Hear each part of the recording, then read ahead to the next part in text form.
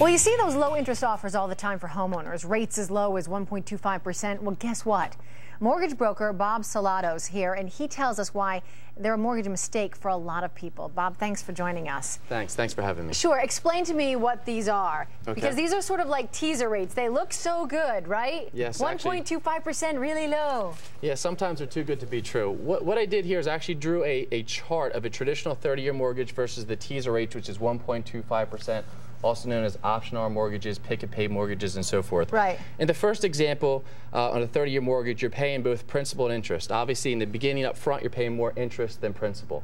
When a negative amortization loan and option arm, 1.25%, 1.95% mortgages, you can see actually right here is, here's the interest, here's the principal, but you're not paying any principal off the bat. You're actually paying less than the interest only. So what this accounts for is a negative amortization loan. And when you see right here, this is actually one of the examples I did. At this point, it's the 28th month. You're actually $20,000 in the hole more than what you started with. Meaning if you borrowed $200,000, you're at $220,000 after 28 months before you start knocking away some of the principal. Right. Okay. And so what's the biggest mistake when people see that? Obviously, they should. I mean, when you explain it like that, it makes it seem easy. But what's the biggest mistake people make? What people fail to realize is the 1.25% is your start rate. It's not your interest rate. There's a big difference between the two. To compile your interest rate, you add your margin plus the index. So anytime you're speaking with a mortgage broker, mortgage banker about this particular product, you want to talk about what your margin is, what your index is. You add the two of those together, and you'd be surprised to find out how high your interest rate really is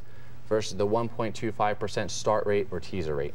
Does anyone benefit from this kind of a loan? Yes. I mean, it sounds really bad to me, the way you're describing it. No, absolutely. People do benefit from these types of loans. Someone that's going to benefit is an investor. An investor actually looking maybe to rehab a property.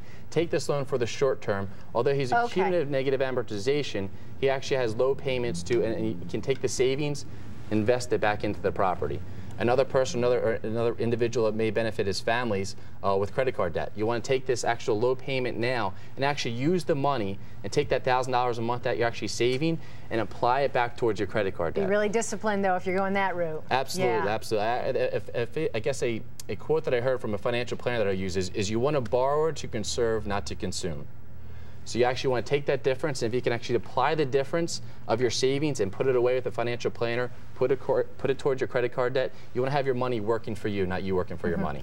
And finally, what do you advise for the regular homeowner in terms of a mortgage? For the average homeowner, you want to stick with something very, very traditional, maybe a 5-year adjustable rate mortgage where you're paying both principal and interest.